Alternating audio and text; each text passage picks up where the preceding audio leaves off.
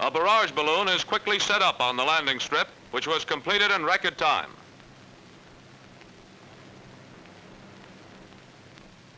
One of the first transport planes lands on the new strip only 2 days after D-Day to evacuate wounded.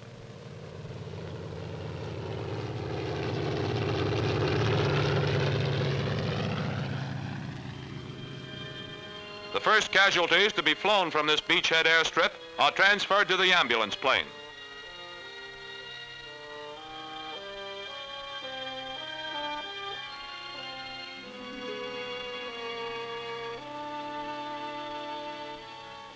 Nurses are among the personnel of the 9th Air Force ambulance planes.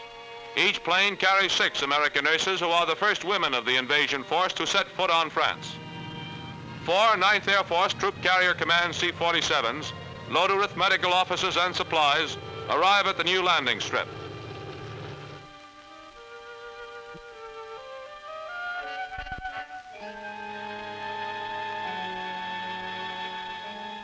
German prisoners and injured French civilians are among the wounded evacuated by air.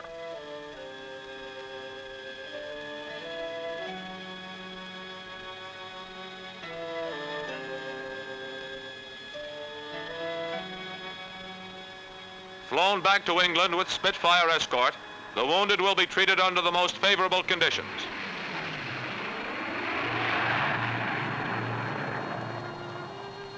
When necessary, blood plasma is administered in the ambulance plane.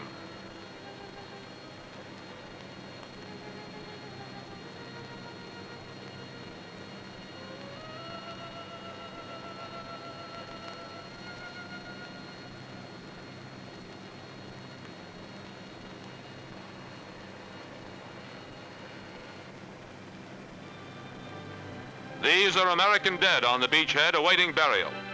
Medical officers search for identification tags.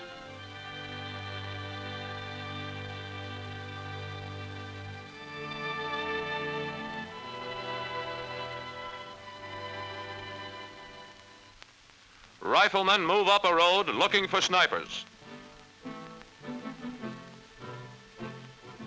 Captured Germans are marched to a prisoner of war camp off the beachhead area.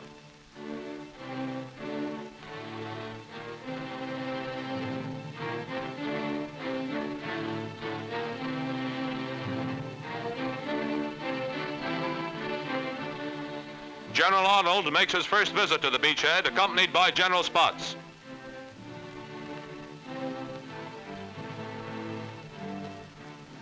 The first ambulance planes with American wounded arrive in England.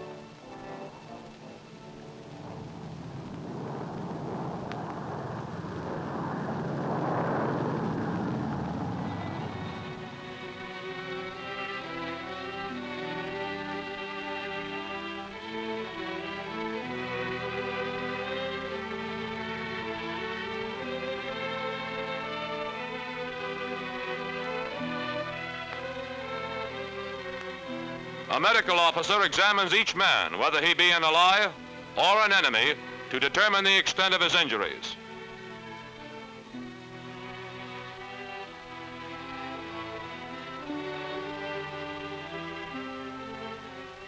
The waiting ambulances will take them to station hospitals.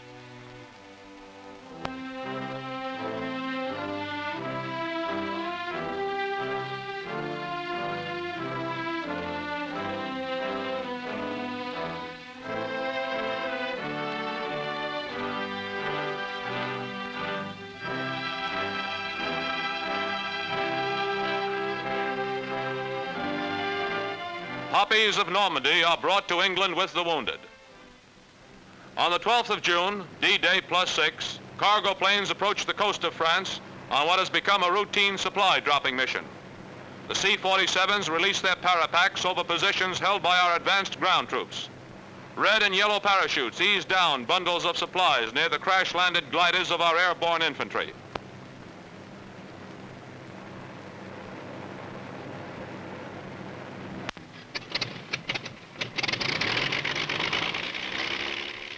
Mustang fighters of the 9th Air Force go out on continual sweeps over France against the Luftwaffe in the air and against the enemy's airdromes and transportation facilities on the ground.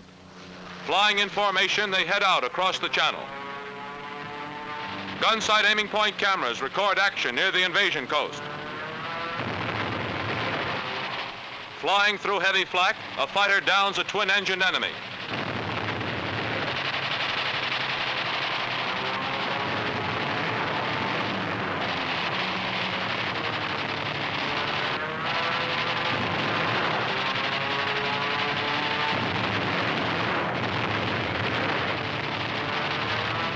This German drops his flaming belly tank.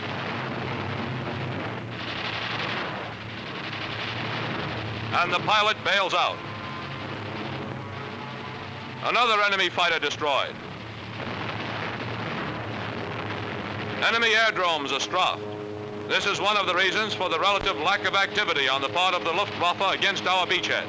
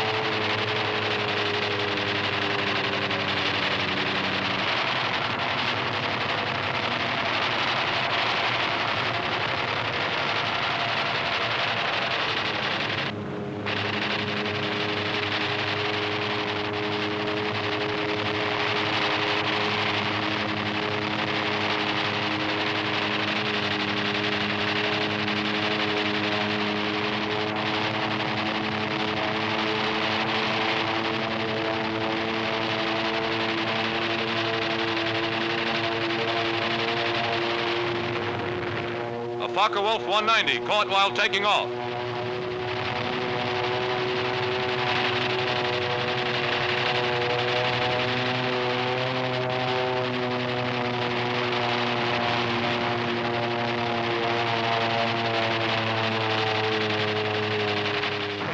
Railroad installations are bombed and strafed, crippling transportation facilities.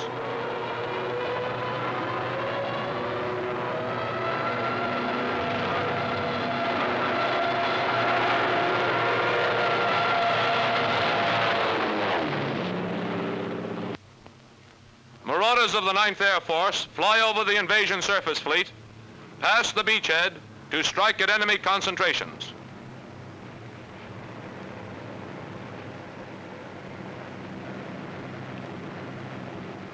The first Allied field hospital set up in France and fields littered with abandoned German equipment are passed on the way to the target.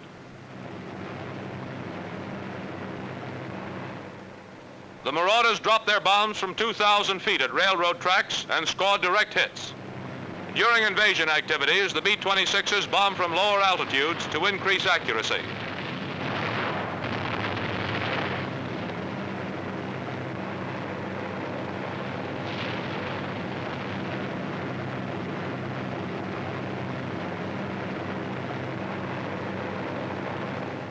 The vicinity of Caen, one of the main enemy strongholds, is heavily bombed. Marauders attack the woods to the rear of the town, which conceal concentrations of enemy troops, vehicles, and tanks.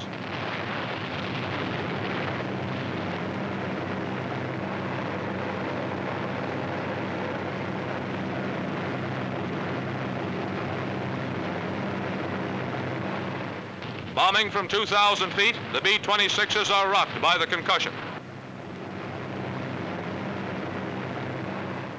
Early in the morning, Marauders bomb a wooded area south of Caen, which German tanks entered during the night for refueling. Nearby Allied troops were pulled back before the bombing.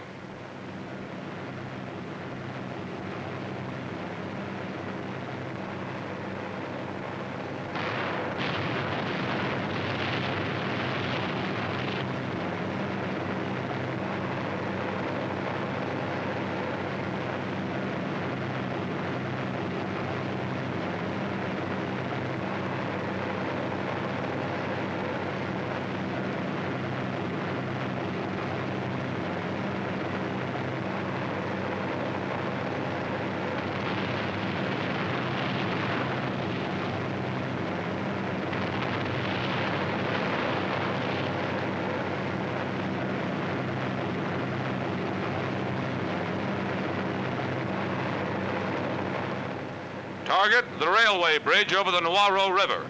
Bombing altitude, again, 2,000 feet.